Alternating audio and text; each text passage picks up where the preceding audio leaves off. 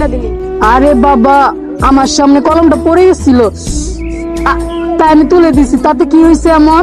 অন্য কেউ ছিল না, তুই কেন কলম দিলা দিলি? তুই জানোস না তোর সাথে কোনো মেয়ের আমি সহ্য করতে পারি না। এখন তো কলারটা ছাড়ো।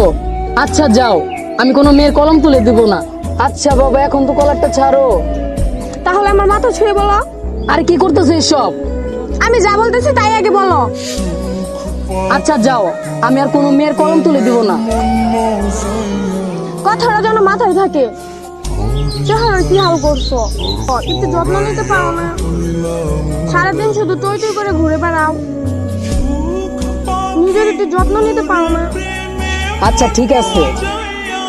আর আজকে সকালে খেয়ে আসছিলাম। আজকে সকালে ঘুম থেকে উঠতে দেরি হয়ে গেছিল, তাই খাওয়ার সময় হয় নাই, তাই তাড়াহুড়া করে আইসা বলছি। আর হ্যাঁ, তোমার গালে এটা কিসের দাগ? ওই যে তোমার গাছে দাড়ি পড়ে আছে না? কি করছে ও? আরে তেমন কিছু না। তেমন কিছু না মানে কি করছে? আজকাল কাজ শেষ করে আসার সময়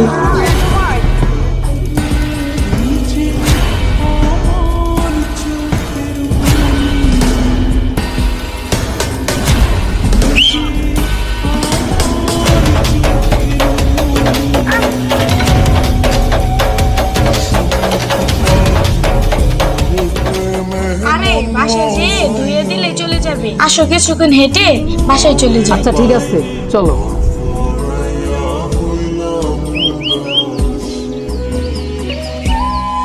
ওই যে তোমার ফ্রেন্ড আসতেছে, আমি হয়তো চলে যাই। আরে ওর আসলে কি সমস্যা?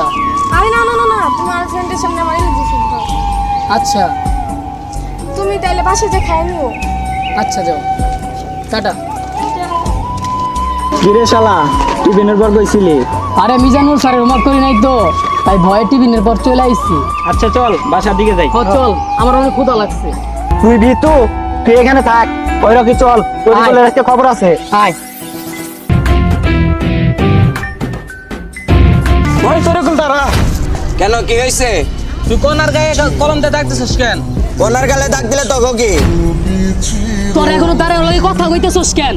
কেন কি সমস্যা? মারবি? তোর কোনো ডাউট আছে? তুই কি জানিস না আমরা কি করতে পারি? তাই কি তোকে ভয় পাই? সাহস থাকলে মার। তুই কোনার গায়ে কলম দিয়ে দাগ দেওয়ার সাহস কই থেকে পাইলি? আমি তো শুধু কলম দেওয়া দাগ দিছি, আমার তো ইচ্ছা করলো একটু টাচ করি। বালদা, তোর এখনো দাঁড়াই রইছস, মার শালারে।